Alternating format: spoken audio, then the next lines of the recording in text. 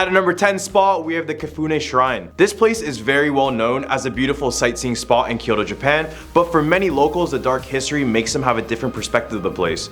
Kifune Shrine is known as the birthplace of a terrifying ritual known as the Ishunokoku Mari, which refers to placing a curse on someone by placing a nail through a straw effigy, which is sort of like a voodoo doll. Then you nail it onto a tree around the hours of 1 to 3 a.m. We did a 3 a.m. video, so you already know how cursed that time is. If anyone is caught watching this ritual, the person conducting the ritual must eliminate that person, or else the curse will reflect back onto them. The performer usually wears a white kimono, sandals, and places 3 burning candles on top of their head. If you visit the shrine to this day, you will find many trees with holes on it, presumably from the nails of those attempting this scary ritual. At our number 9 spot, with the Awashima Shrine. There is no doubt Japan is a very beautiful place, meaning that most of the shrines I mentioned on this list are very visitable, so I had to mention Awashima Shrine to change your mind on that. This shrine contains over 20,000 dolls who are believed to be possessed from its past owners. The dolls will be left at the shrine as an offering from women to pray for fertility and for safe birth.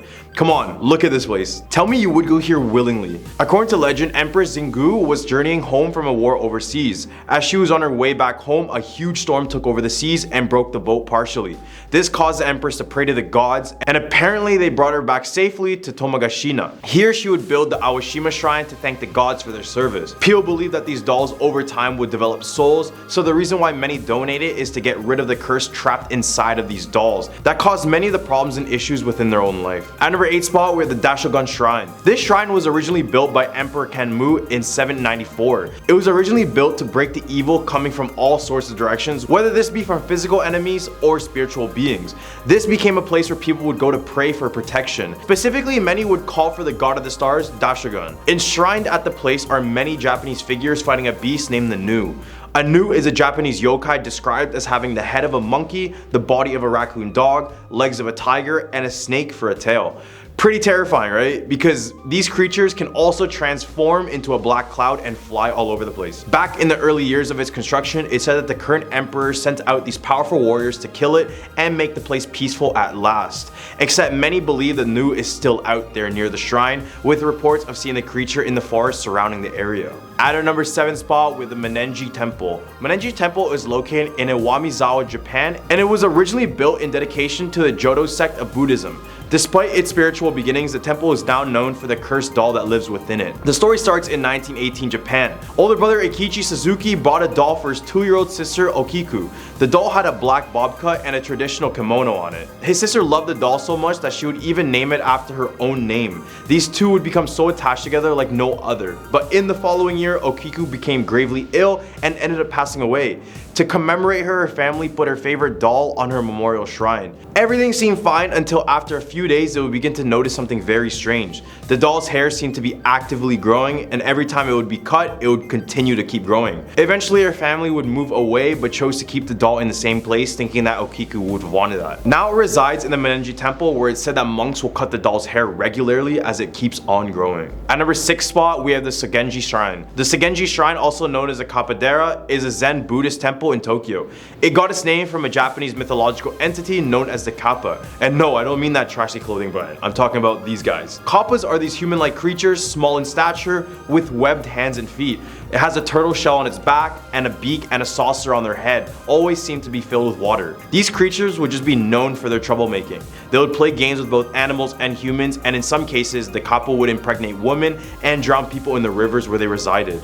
Apparently, when the place was prone to flooding, the people of the area asked for the Kappa for existence, and now many claim that the Kappas are still nearby, claiming the place as their own. There are several statues of the Kappa littered around the shrine, but who knows if one of them turns out to be real. At the hump of our list, we have the Zenkoji Temple. The Zenkoji Temple is a Buddhist temple located in the city of Nagano, Japan. The main temple of Zenkoshi has a dark room created for spiritual purposes and acts like a shrine in a way. This dark room follows a pitch black tunnel underneath the temple that monks had supposedly hid the quote key to paradise. In order to do this, you need to hone your 5 senses and have complete focus while trying to navigate yourself through this area. This area is supposed to represent the journey between death and rebirth. It's very simple to understand how this represents the pursuit of enlightenment, which is only possible once you let go of your physical limitations and your concerns. People think that if you find the key, they will be saved, while others believe that if you fail, you will have a series of bad luck and unfortunate mishappenings. Regardless if you succeed or not, this room is bound to have a terrifying experience experience regardless. At number 4 spot, we have Mount Osor. This is one of Japan's most sacred sites, and for good reason. It's claimed by many to be one of the entrances to hell. First, the temple lies on top of a volcanic plain, and as you roam the area, you will constantly pick up a scent of sulfur, which is already eerie because this is the smell of ghosts and demons, supposedly. But volcanic reasons also make sense. According to Buddhist monks, they say that this place resembles the descriptions of hell and also paradise, so this is why many believe this is a spirit hub. Also around the area are these little Jizo statues, which were there to guide people who were lost, especially for children to take and keep them for safety. People who have lost their children bring pebbles to the site as an offering for their kids to go easily through the afterlife. Except many of these pebbles are left broken, and many have placed a blame on evil demons in the area. There's also a festival at the shrine where blind women called Itaku bring messages from the afterlife back to the living. So best believe there are quite a few spirits here waiting to be communicated with. At number 3 spot, we have the Owa Nanari Tamaya Shrine. This shrine in Tokyo has one of the most famous ghost stories in all of Japan associated with it. The story goes that Owa was a very pure and faithful woman, married to a terrible man named Tamaya Lemon. This man killed her in order to marry a richer woman. While the accounts on how he killed her vary, this all include poisoning her with terrible consequences to her looks. Obviously, she wouldn't be keen on this whole new marriage thing, and she proceeded to ruin the marriage, making him kill his new wife and her family by making them look like her dead self, and finally killed him too. The shrine was built to represent Owa's angry spirit and it still rests south of the station in Tokyo. At our number 2 spot, we're the Kaikoji Temple. This place has nothing really scary about it except the fact that it has mummified bodies on display. Okay, maybe it is a bit scary. These mummified figures are known as the Sokushin Butsu, also known as the living Buddha or Buddha mummies. These are in fact real people, and they are the bodies of priests who belong to the Shingon sect of Japanese Buddhism. All the mummies we see here are priests who made the drastic decision in self-mummification. Just something about a body that is fully intact for hundreds of years that makes it so creepy, right? The process for the mummification would actually be pretty intense. For the first 1,000 days, they would do extreme fasting and exercising. Then on the next 1,000 days, they would reduce their diets to a bare minimum. The last 1,000 days would consist of entombment. Basically, they would bury themselves alive, essentially while in a deep state of meditation, in order to reach enlightenment. At number 1 spot, we have the Taki Shrine. This shrine is consumed in moss but looks very beautiful, but the story behind it completely ruins it. This shrine was established in the Teryaku era of Japan, which was around 900 AD. Legend goes that a man was hunting for yokai and fighting against sorcery in the region. When he was roaming the area, it would slowly get consumed by a dark black cloud. Unable to move further, the man prayed to the gods and fired an arrow up into the clouds. When the arrow came back down, the cloud drifted away, and the spot where the arrow hit is a supposed location of the Taki Shrine. Every now and then, the mountain will be filled with fog and mist, which only adds to the amazing atmosphere of the nature in the area, but it also has a little bit of creepiness in it. And it's also a time when most of the region's spirits seem to be resting. Many believe that many yokai are resting by the shrine, so it's best to visit this area when there's still light outside, because many people have gone missing when night hits. Starting off this countdown at number 10, Ise Grand Shrine. Japan is globally popular for its shrine culture and has approximately 80,000 shrines. The most important among all of them is Ise Grand Shrine. It is one of the most expensive temples in Japan due to its architectural magnificence. To maintain the Shinto traditions dating back to the 8th century, this temple is rebuilt every 20 years, and that comes with $1 million price tag. However, you'd think spending that much money on something, you'd want people to see it and enjoy it, but unless you are a member of the royal family, you're forbidden to enter the hallowed halls of this ancient Japanese representation. Number 9, the forest. The Okigahara Forest, also known as the Sea of Trees, sits right along the edge of Mount Fuji, roughly a 2-hour drive west of Tokyo. At the entrance of the forest, you're greeted by a sign that reminds visitors that life is a precious gift from their parents. Okigahara's dark reputation has been around for decades. Legend has it that in the olden times when food was in short supply and the situation grew desperate, a family might take a dependent elderly relative, typically a woman, to a remote location and leave her to pass away. At first, the ghost visitors had claimed they saw in Okigahara were presumed to be the vengeful spirits of the old who had been abandoned to starvation, and the mercy of the elements. But that all began to change in the 1960s.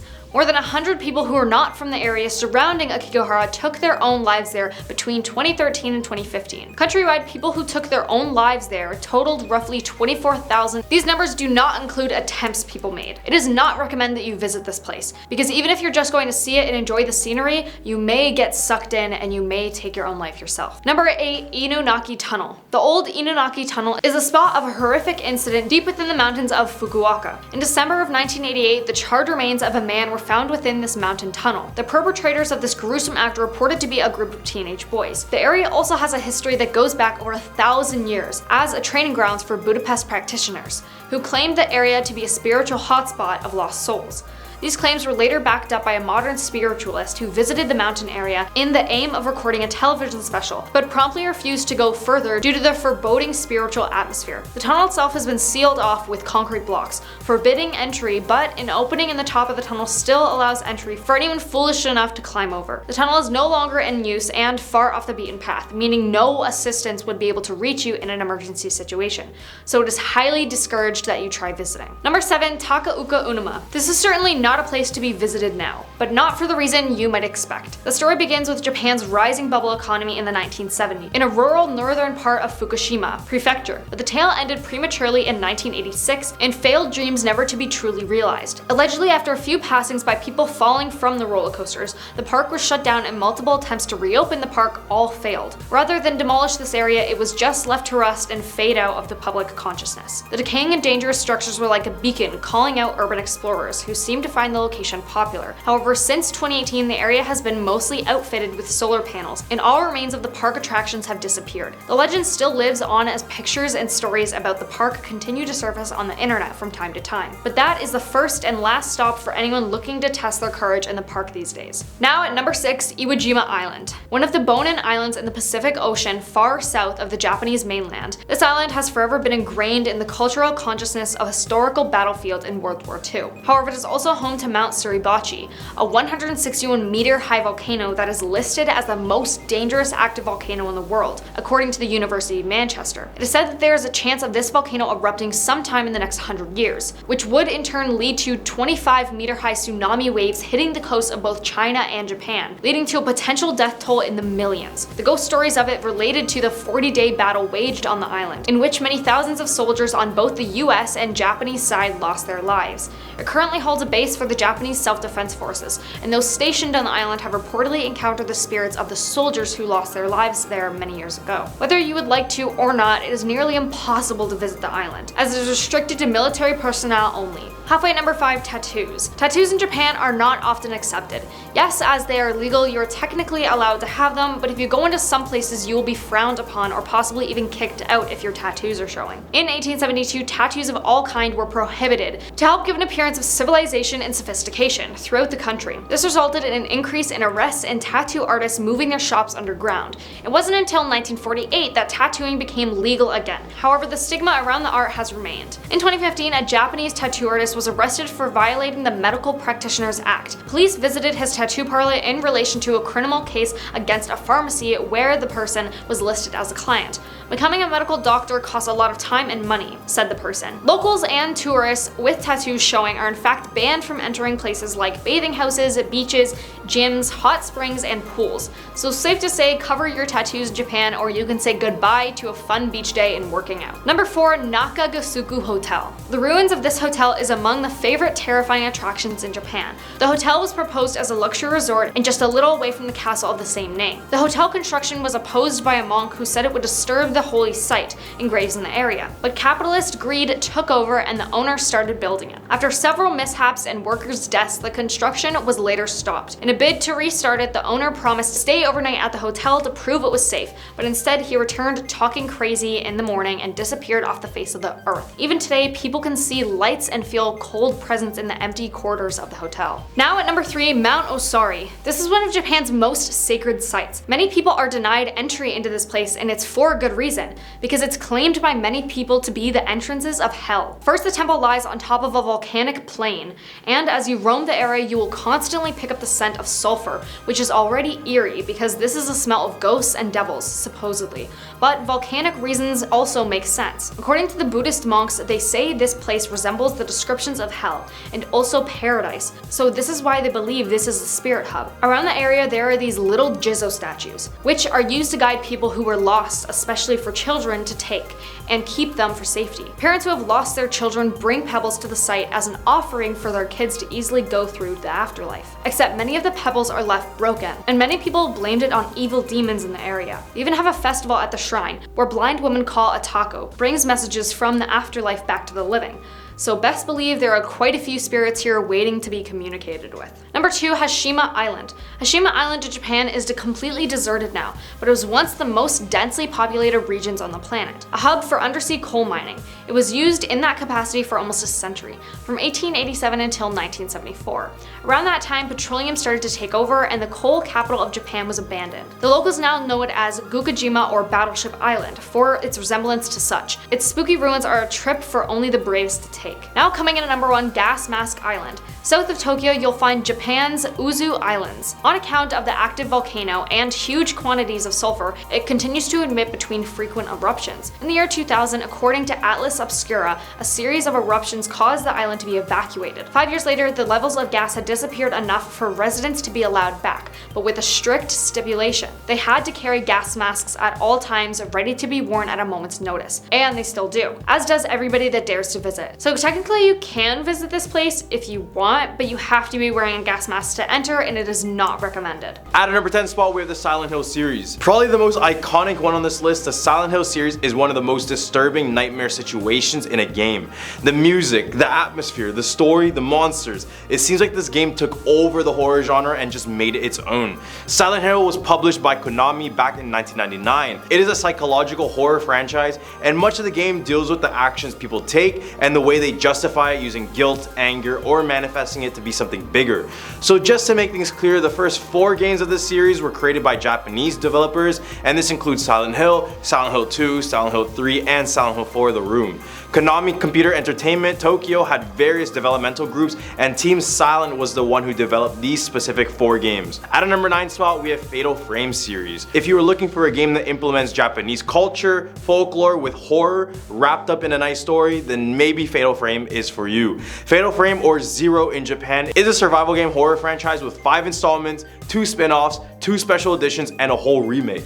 These horrific games were developed by Japanese video game developers Tecmo, who has also released games like Dead or Alive, Deception, or Star Force. The game has you playing as a single character walking around a haunted location looking for clues and fighting ghosts with only a camera. It's called the camera obscura, and it's able to take pictures that normal humans can't see, kind of like a third eye to see spirits. Set in the 1980s Japan, this game takes place in Himura Mansion, where it's said that every 10 years a ritual involving sacrificing a young girl would take place. They would do this by detaching her from all worldly needs before sending her to the afterlife. Except 1 year it all failed because the young girl fell in love. This caused the family to believe they had dishonored themselves and the family, in which caused each and every single one of them to take their own life away by a traditional Japanese katana. Now their souls are trapped in this mansion for you to explore. At number 8 spot, we have The Evil Within. This is a game that is a very skilled reliant game in that every action and decision you take will actively change the world around you. So at times this game is pretty terrifying.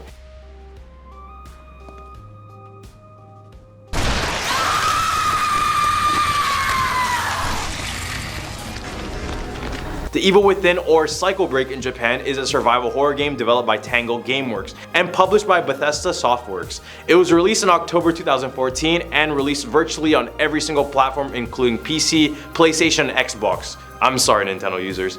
The story follows a guy named Sebastian who has to navigate himself through different chapters filled with these horrifying creatures and realistic needs, such as the need for resources in this game. Trust me, you need to find resources.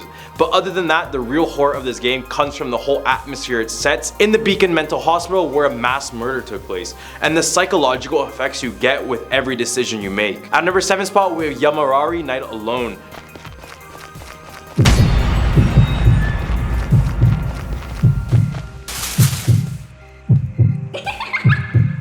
Yamorari is a puzzle-solving survival horror game developed by Nippon Ichi Software. The game I will be talking about is only one game of the Yamari series. Being released in October of 2015, the game received a lot of international praise.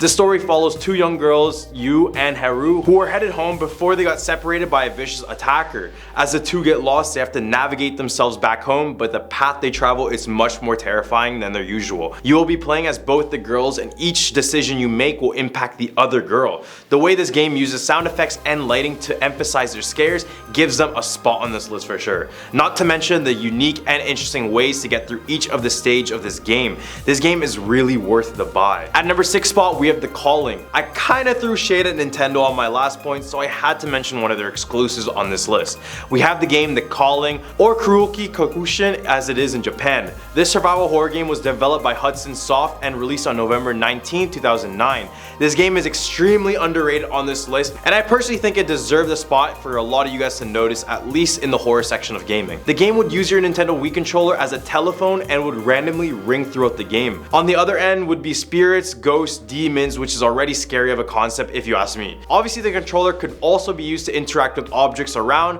but definitely the phone idea, props to them. The game follows a group of characters exploring Mnemonic Abyss, which is a place between life and death, and from here they experience restless ghosts and creepy phone rings from spirits. On the hump of our list we have Bloodborne. Created by the renowned Japanese developer From Software, Bloodborne is just as hard as its counterparts Dark Souls and Elden Ring from the same developer. Except Bloodborne definitely takes its spot as one of the most terrifying games along with its extreme difficulty.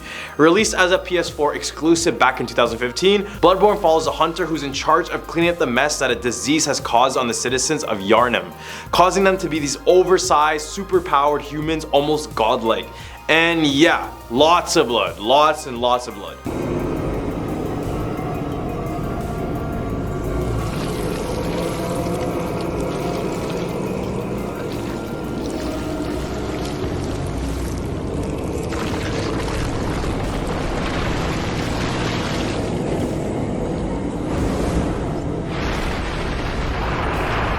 This gothic-inspired city harbors some of the most cruel enemies ever shown in horror games, along with the creepy atmosphere that follows you throughout the entirety of the game. My favorite thing about this game that sets them apart from others on this list is definitely their combat system. There are so many different weapon types that only add up to so many different combat strategies. This game allows you to go crazy and pull off combos, which is always something fun to do. And this definitely beats poking and weaving around the whole time. Dark Souls. At number 4 spot, we have Shadow Corridor.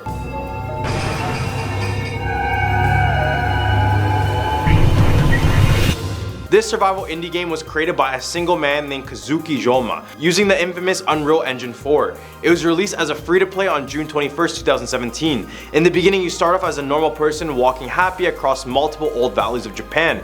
This until you get into a tunnel that transports you into a nightmare in a pure Spirit Away style. Inside this nightmare, you have to confront a world full of apparitions, no mask, and demons and creatures. As well, you have to collect items to survive and get to solve the mystery behind this nightmarish world. Another great point in favor of this game is that in order to unravel all of its secrets, you're going to be spending lots of hours finding hidden items, hidden rooms, collecting all special items, running against the clock to finish the stage, all sorts of things. All the way at a number 3 spot, we have Siren Blood Curse. Siren Blood Curse, or as it's known in Japan as Siren New Translation, is a stealth-based survival horror game developed by Sony's Japan studio. It was exclusive for PlayStation, so once again, Xbox fans have another one of those games that will never see the light of day. The game was later released in 2008. The story begins on August 3rd, 2007 and focuses on an American television crew that arrives in Japan to investigate and document the legend of Hanuda, a vanished village where human sacrifices are said to have taken place 30 years prior.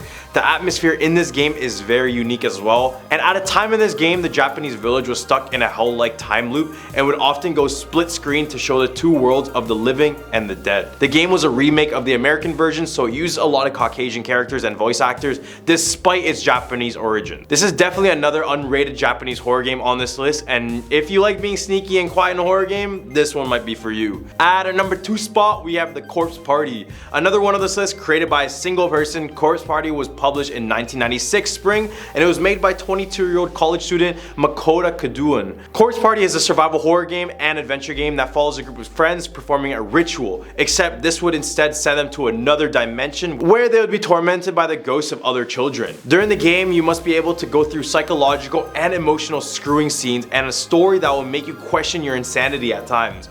Along with a terrifying ambience, constant jump scares, unique puzzle, this game will definitely not disappoint.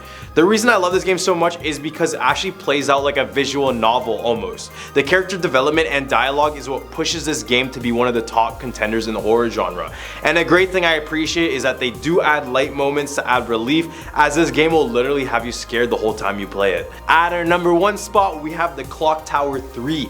I couldn't finish this list without adding one of Japan's most iconic horror games, Clock Tower 3. Clock Tower 3 is a survival horror game that is co-produced by both Capcom and Sunsoft and made as an exclusive for PlayStation 2. The plot follows 14-year-old Alyssa as she tries to escape the menacing clock tower and the slaves inside of it. The majority of the game is played without the use of a weapon, relying instead of your ability to run through or dodge foes. The game has good graphics, mood, and scripting despite some repetitive mechanics and overall commercial failure.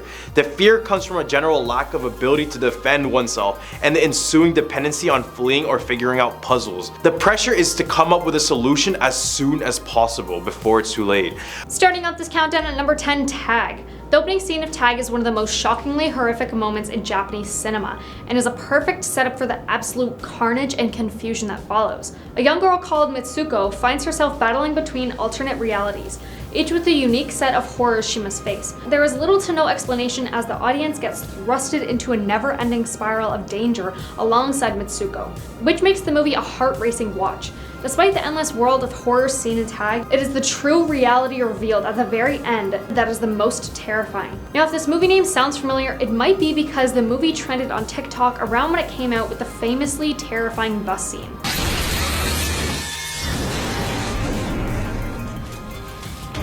We can unfortunately only show a short clip because it's from a movie, but does that scene not just give you goosebumps? Like, holy, talk about intense. Now at number 9, The Ghost of the Hunchback. Hajime Sato's 1965 Toei movie Hayden Samushi Atoko goes by several names in the West: The Ghost of the Hunchback, House of Terrors, and Satan's Pit. Regardless, they are all the same terrifying movie. The Ghost of the Hunchback is about a hunchbacked caretaker who presides over a forlorn mansion inhabited by the ghost of his previous masters. An unbelieving trio, a doctor, his assistant, and his niece, fail to heed the caretaker's warnings and are slaughtered horribly by the jealous occupants. Now moving on to number 8, The Curse. Fans of the found footage style horror need to look no further than Nori or The Curse. The film opens with an introduction to paranormal investigator Masafumi Kobayashi, who has disappeared during the process of making a documentary titled The Curse. The documentary then begins to play as viewers are left to uncover the secrets he left behind. Seemingly disconnected mysteries that involve strange and creepy events are tied together by the discovery of an old ritual that summons a demon named Kagutaba. Noroi is said to be disturbingly realistic, which makes it all the more terrifying. I found out the movie is free to watch on YouTube, but that's if you dare to watch this horrifying film. But it can also be found with better quality on Shudder. Now at number 7, House. The bizarre horror that is House is a hyperactive fever dream that takes place in the most deranged, creepy, haunted house to ever grace the big screen. Nobuhiko Obayashi's twisted fairy tale tells the story of 7 schoolgirls on a summer trip to an aunt's remote estate. The fantasy-like beginning takes a turn so deformed and uncanny that it's difficult to adequately describe. House is overflown with unbelievable scenes, people say. The scenes that take place in the haunted house are as gruesome, but they are just as exciting to watch. The movie came out in 1977. And nowadays, watching older horror movies don't really seem that scary because of all the CGI and everything we have now, but after seeing a 5-second clip of this movie, you're sure to have goosebumps. This movie is one of the most inventive and colorful horror movies to ever exist and truly must be seen to be believed.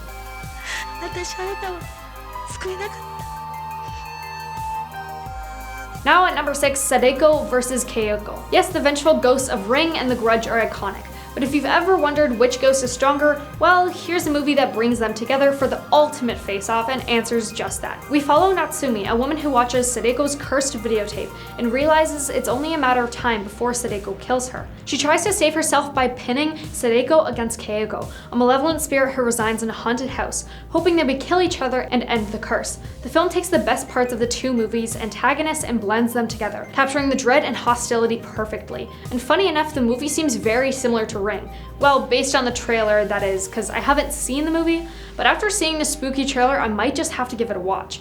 It's creepy and fun and totally worth the watch, and the movie can be found on Amazon Prime, YouTube, and Shudder. ここにいるのは Halfway at number 5, Uzumaki. Based on the horror mangaka Junji Ito's spine-chilling manga of the same name, this film's concept is just as eccentric as it is creepy. It's about a cursed town whose inhabitants are haunted by ominous spirals that drive the townspeople mad, and sometimes to the point where they take their own life. Our protagonists race to break the curse, but can it really be stopped? The strengths here are the ghastly body horror, the lack of standard backstory, lending to the sense of hopelessness, and the nightmarish, surreal imagery. A man crawls into a washing machine, people turn into snails, and your fingertips have spirals. Even the sky is cursed with spiral-like clouds. This is certainly not a town I'd personally want to live in, and based on the trailer, it looks very freaky and cryptic looking.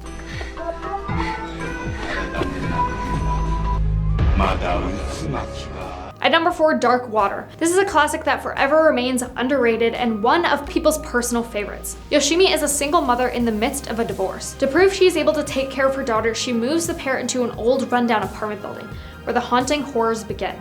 A dripping leak forms on the ceiling, black here appears in the tap water, and an extremely creepy child ghost. It's chilling with a touching mother-daughter relationship at its heart, but don't let that fool you because this movie is truly terrifying. And fun fact, this is based on a novel by Koji Suzuki, who is also the author of the Ring novels, and was directed by Haido Nakata, who also directed the unbelievably famous and scary movie Ring.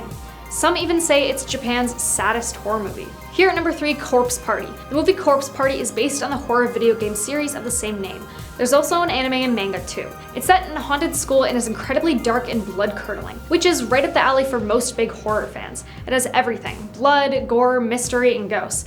A group of high school students perform a charm called Sachiko Ever After to ensure they'll remain friends forever. Instead, they find themselves transported to a haunted elementary school with resentful spirits, and Sachiko herself, who's actually the psychopathic ghost of a little girl in a red dress. There's also an equally freaky sequel called Corpse Party Book of Shadows.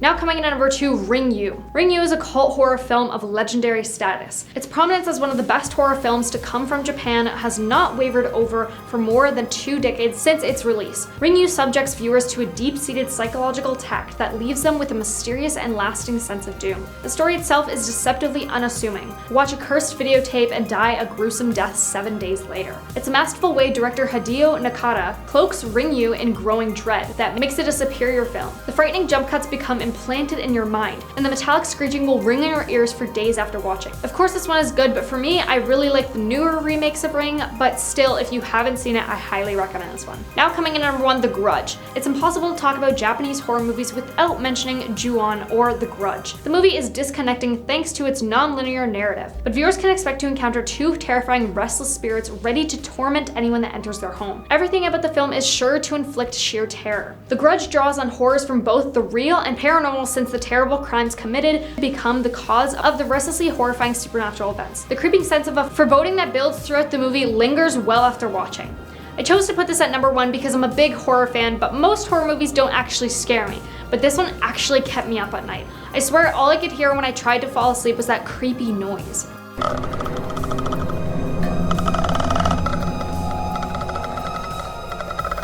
Coming in at number 10, we have The Cursed Poem, or Tamino's Hell. Published by Japanese poet Seijo Yasu, it's said that one of his poems, named Tamino's Hell, is cursed and could kill or haunt people if read out loud. So just not to die, I'll be playing it safe and I'll just show you the poem rather than reading it. Yeah. In 1974, Japanese filmmaker Terayama Suji directed a movie based on Tamino's Hell.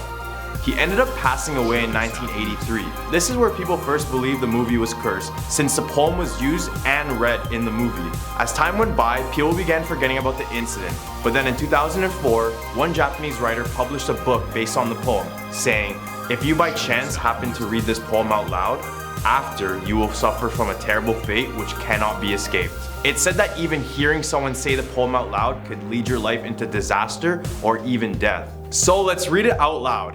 I'm just kidding, everyone relax. Nowadays this poem is feared internationally, but for those who remain skeptical, come on, give it a read. At number 9, we have Hitori Kakarembo, Solo Hide and Seek. The name directly translates to one man hide and seek, and as for the name suggests, it's a game where one person plays hide and seek.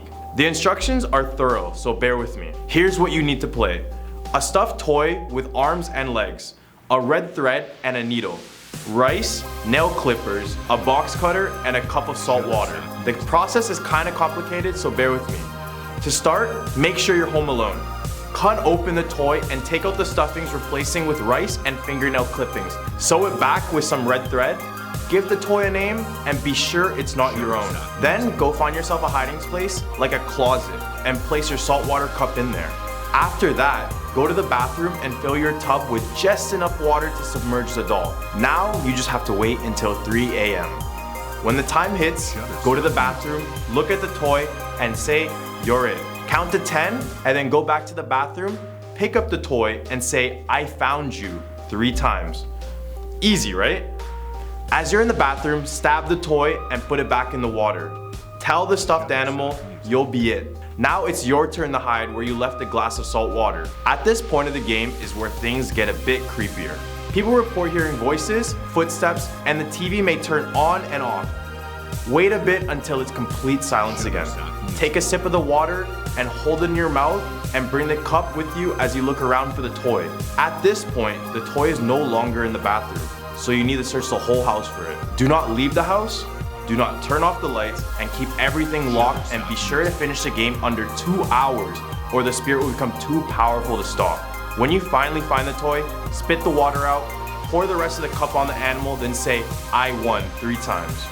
Finally, be sure to burn the toy within 1 to 2 days. I don't know what would compel someone to play hide and seek alone, but there are the instructions. Sealing our number 8 spot, we have Gasha Dokuru. The Gasha Dokuru, or giant starving skeleton, is a rageful, mythical Japanese yokai that is said to be 15 times the size of a normal human, which could be around 90 feet tall. Shaq? This entity is born where there's a large amount of human bodies, whether it be a mass grave or a battlefield. This is where these spirits become angry due to the fact that they can't get proper burials. This usually happens from events such as a war, a famine, or plagues. Then the bones of these angry spirits form together, creating this one large skeleton. Despite their large stature, they still manage to sneak up on humans. They crush them in their hands and bite off their head to drink their blood.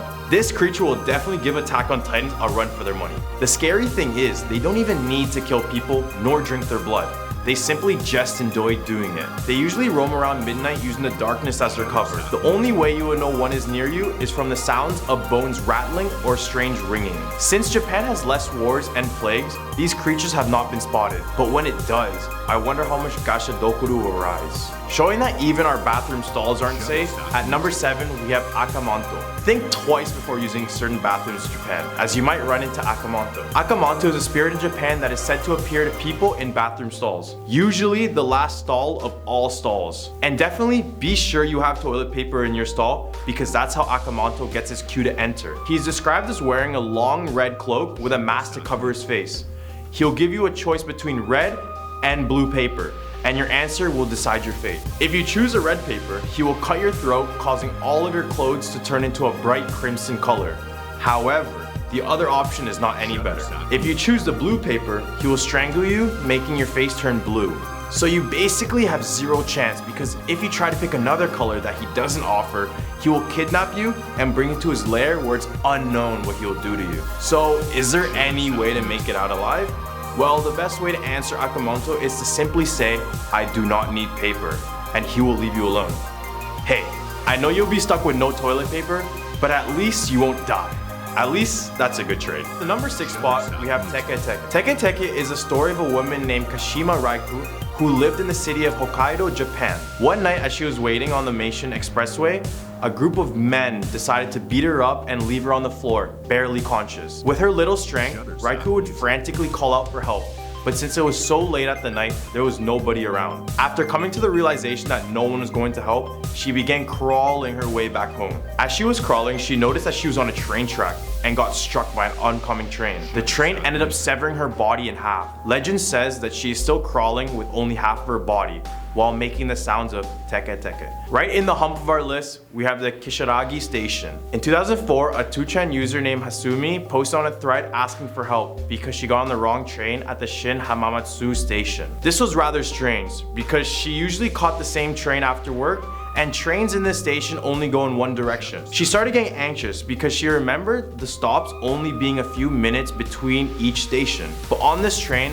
they were much longer. They even went through a tunnel, but her usual line didn't go through any sort of tunnel. She walked to the front of the car to ask the conductor for help, but the curtain was closed and no one answered. She then knocked on the door, but that's when the train suddenly stopped at Kisaragi station. As she left the train, she was filled with anxiety and fear.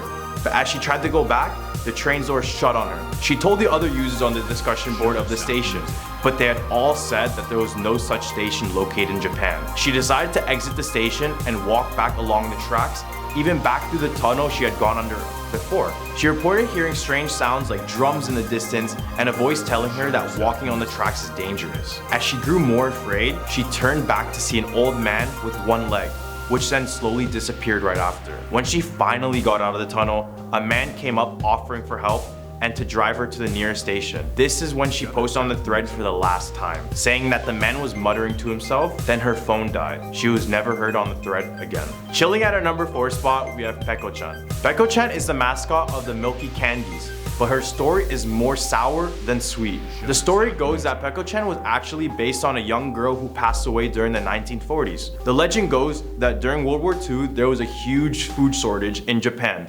Because of this, many people, including women and children, were starving to death. So Peko-chan's mother decided to cut a piece of her own arm off and offered it to Peko to eat. This is the moment Peko-chan discovered how tasty human flesh was. In fact, she had never tasted anything so good in her life. She couldn't resist with such a piece, so she decided to kill her mom and eat her whole body. Ever since, she's been constantly craving human meat, living the rest of her days as a cannibal. At our number 3 spot, we have the kone-kone. The legend arose in Japan where sightings of a creature are reported in rice fields or in an open sea. This creature resembles a tall white mannequin made of fabric, almost like an inflatable tube, but deadlier. Other than that, no one knows exactly what it looks like because everyone who saw it either went crazy or has died. There's a story where one summer, 2 brothers went to visit their grandparents in the countryside. They were playing outside when they noticed a figure in the distance, wiggling in the wind. But when the wind stopped, the figure kept on wiggling. Curious, the older brother took binoculars to see the figure,